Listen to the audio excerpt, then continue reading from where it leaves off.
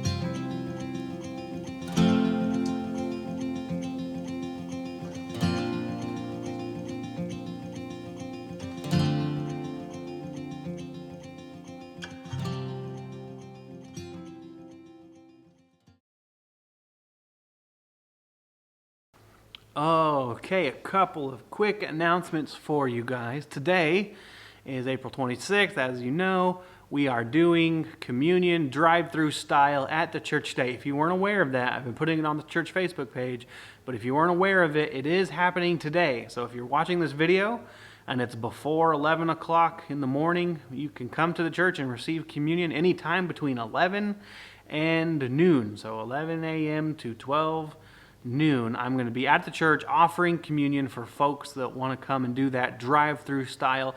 I hope to see you there. I'd love to offer you the body and blood of the Lord and have a moment of prayer with you guys. I understand if you can't or don't feel comfortable coming to that, but I want you to know that it is happening. Okay, second announcement. As you may or may not be aware, there are some potential changes coming to the way we've been doing church. We've been stuck doing online services because of the pandemic, but there is a possibility that we may be able to open soon. I want you guys to know that when we do open, it will not just be business as usual. We'll still have to have some safety measures in place, things like that. All that is, in my opinion, good and needed. But do keep an eye on the church Facebook page. I will be making phone calls as well to let people know when, if, how those changes are made, and if we're going to be opening for in-person worship. All right, last announcement is for those of you that enjoy a good hymn, we're going to be hosting a live hymn sing tonight, Sunday night, on our Facebook page. Scott and Vicki have been awesome to do that with me. If you want to join us for that hymn sing, it will be live on our Facebook page this evening. If you have requests, it's not too late. You can make a comment on this video, and we can maybe get your hymn into the lineup for tonight's hymn sing. Okay, I hope to see you there.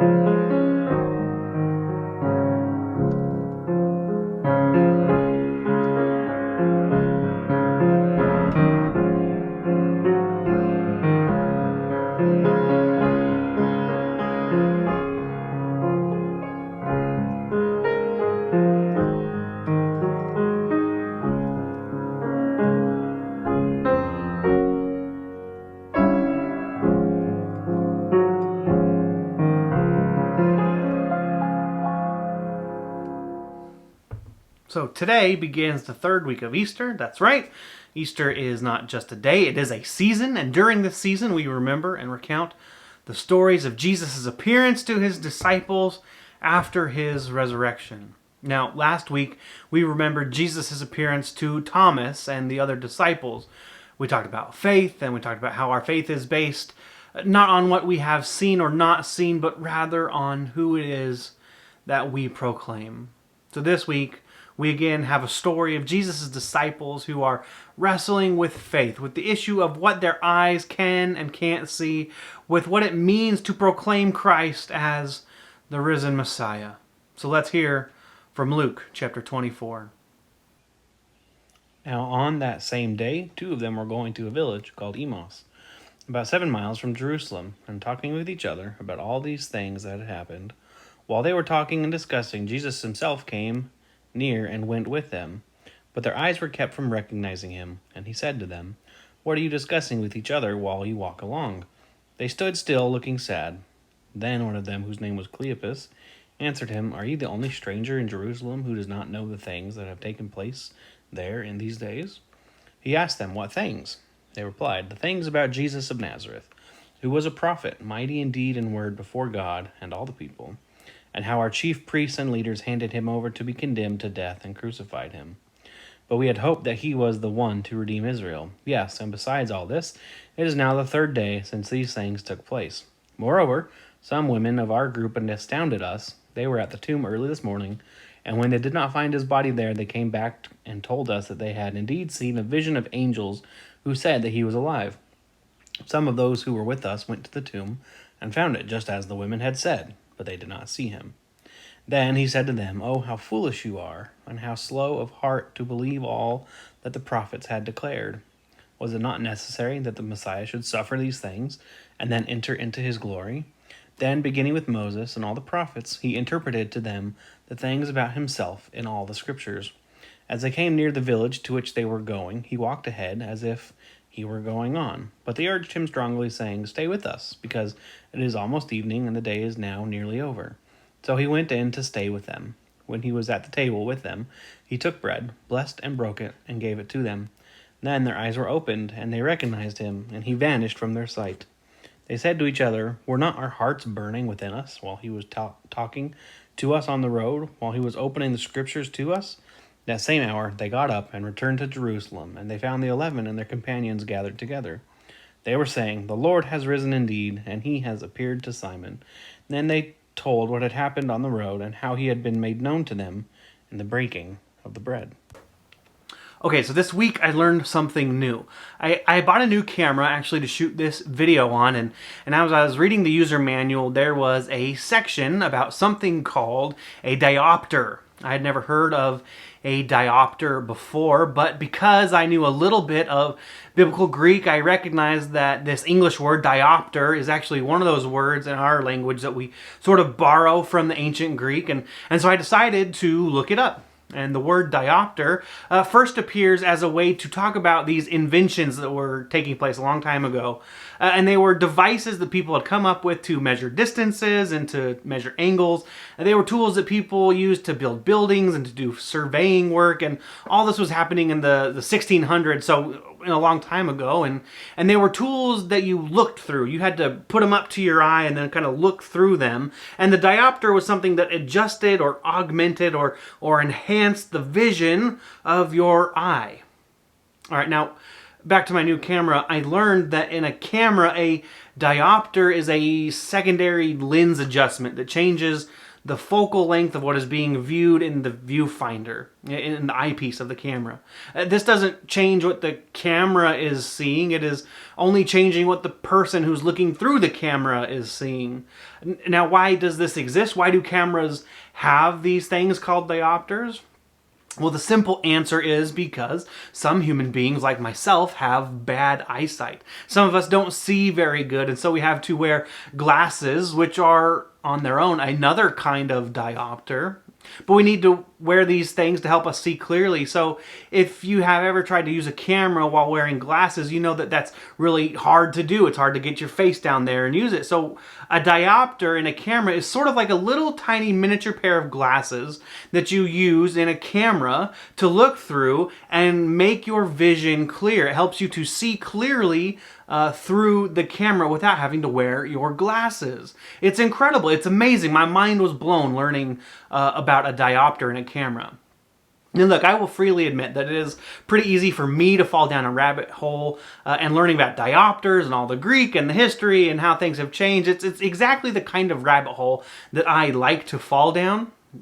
But while I was falling down this rabbit hole, I was also reading and reflecting on the scripture, the story about these two disciples on the road to Emmaus, and that is when it hit me that these two disciples, they kind of had their own diopter moment. They had a moment where suddenly their vision was changed, where suddenly things became clear, where things came into focus, and they recognized Jesus. What is incredible is that this isn't the only diopter moment in the Bible. This isn't even the only diopter moment in the story of Jesus himself. If you think back to the story of Mary at the tomb of Jesus back in John 20, Mary thinks that Jesus is the gardener, and it isn't until Jesus calls her name that things change and she suddenly recognizes Jesus. It is a diopter moment for her. Things become clear. Now back to our story today. These two disciples are leaving Jerusalem. They were close disciples of Jesus. They saw the crucifixion. They were at the house that morning when Mary barged in claiming to have seen Jesus alive. They are feeling defeated. They are feeling lost. They are disappointed in the Jewish leaders for what they have done to Jesus. They are disappointed in Jesus for not living up to their expectations of him as the Messiah. Now understand this. These guys, they had made an investment in Jesus. They had poured out their lives, their time, their money, all to follow Jesus because they believed that he was the Messiah and that he was going to save their people. So they gave everything that they had. They left home, they left family. They were fully committed. And the worst thing imaginable happens. The person that they gave everything to, the movement that they had invested all of themselves in, it just crumbles all around them. And all they are left with is their feelings of despair and loss. We don't know why these two men are traveling this road together. But perhaps for at least one of them, it was the road back home. Have you ever been there in life? Have you ever taken a risk or made an investment that turned sour? Have you ever thrown yourself into something wholeheartedly with the best of intentions only to have that thing fall apart all around you, leaving you with nothing? If you have, then you know the feeling of having to take that long walk back home. You know the feeling of despair and failure, that feeling of defeat, as you realize that all that there is left to do is to return to where you came from, to go home, to regroup, to cry, to mourn, and then maybe, after some time, to move on. As these two disciples are walking along, Jesus shows up, but they can't recognize him. Jesus is hidden. He is unrecognizable for some reason, and Jesus goes along the road with them. And Jesus starts teaching and explaining things to them. Specifically, Jesus goes back and points out in places in the Hebrew scripture where it shows that the Messiah had to die and had to enter into glory. Now, when the three of these men arrive in the town, the disciples invite Jesus into their home because it is getting dark out. And in effect, they do a very Jesus-like kind of thing. They make room for a stranger. They invite him in. They make room for him. And we see Jesus doing this kind of thing all the time in the Gospels. He's always making room for the stranger and the unwanted. And here we see the disciples doing what they saw their master doing for so long. And Jesus accepts their invitation. He goes back into the house with them. Now this is where the diopter moment begins. Because after they come into the house and after they, kind of get settled in, they recline at the table as people do. And they gather to have a little bit of dinner together. And Jesus does something incredible. He takes the bread and he blesses it and he breaks it and he gives it to the disciples. Now this might not sound incredible, but what Jesus does is he takes the place of the host. But Jesus wasn't the host, he was the guest, right? He shouldn't be taking and blessing the bread. It was an incredibly rude thing to do. But when Jesus does this, the diopter moment begins, because the way Jesus blesses and breaks the bread is the same way that he has been doing it for years with his disciples. And they recognize this. Immediately, the adjustment to their sight is made, and suddenly they see Jesus. There is something undeniably Jesus-like in the way Jesus breaks this bread. And as I read this, I couldn't help but to think about my wife.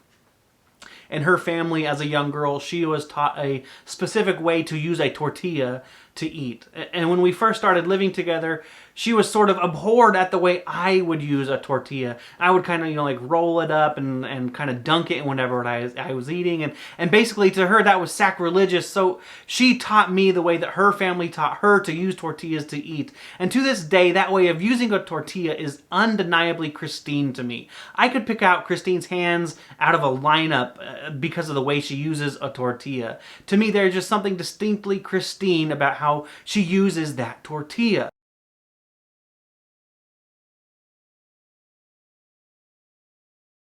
Okay, you know what? I've told you about Christine's family, the way that she eats tortillas, the way that her family eats tortillas. I think that you deserve to see this. So I'm going to take you to my house, and if I can convince her I'm going to let Christine show you just exactly how she does tortillas in her family. Babe, you want to eat a tortilla? Hey, Bubby.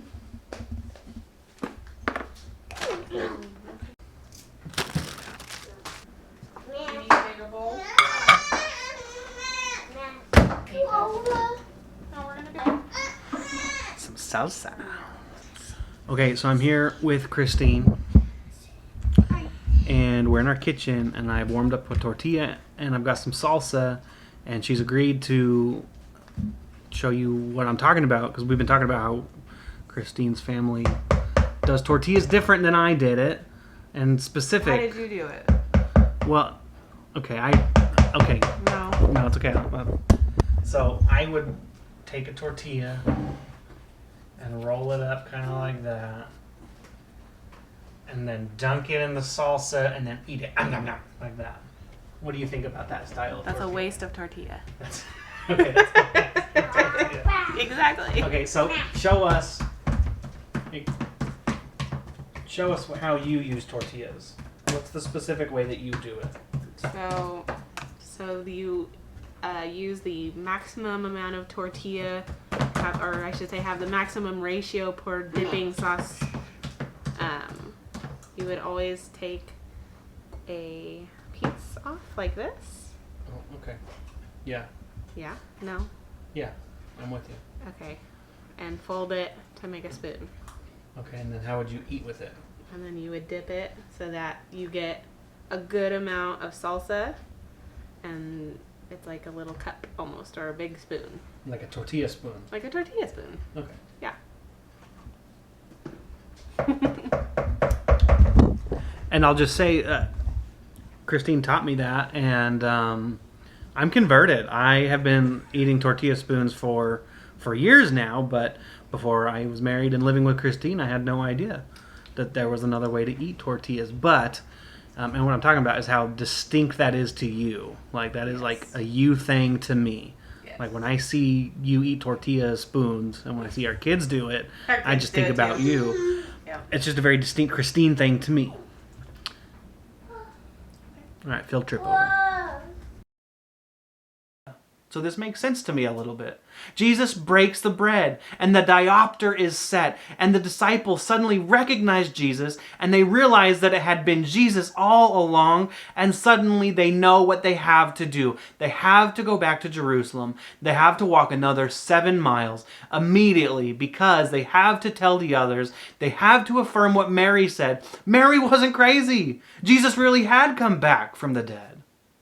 And the incredible thing is that when they get back to Jerusalem, the evidence that they offer to the others as proof of Jesus' resurrection isn't his appearance. It isn't his teaching, the things he said on the way. It is the way that he broke the bread at the table. It is like they said, Jesus is back. It has to be him. He broke the bread just the same way he always did. You know that silly way that Jesus always broke the bread? It has to be him. Church, I wonder, do you and I need a diopter moment of our own? Do we need to be reminded that despite the way things look, despite the way things feel, Jesus is right here with us, walking next to us, interacting with us every day, even when we don't see him? Church, I wonder, are we feeling like those disciples were feeling? Defeated, deflated, full of despair? Do you need to have your eyes checked so that you can recognize that even in the darkest of times, Jesus is still here, that he is still risen, that he is still out in the world doing incredible things? Well, church, today, let me take the place of those 2 disciples who have seen the Lord in the breaking of the bread. Let me testify to you, Jesus is back. It has to be him. It is just too much like Jesus to be anyone else. Church, I haven't seen the bread broken, but I have seen the love poured out. That love that looks so much like Jesus. The self-sacrificing kind of love. The love that cares for others, for strangers and for enemies alike. It is out there in our world today. These last few weeks, we have seen an abundance of that love. It is Jesus. It has to be He is still here. He is still risen. Church, let me encourage you today. Use your diopter. Let your vision be adjusted to see Jesus in the world. Look for the places where love is poured out, that Jesus kind of love, and be like the disciples and proclaim it. See there? Do you see that love? That is Jesus. It is Jesus. He is risen. My prayer for you this week is that you would be given new vision and renewed vision to see the Lord at work in the world around you, and that you would be given the courage and the voice to testify to His presence. May you go in the peace of the Lord today. May you be richly blessed in His presence. We'll see you again next week.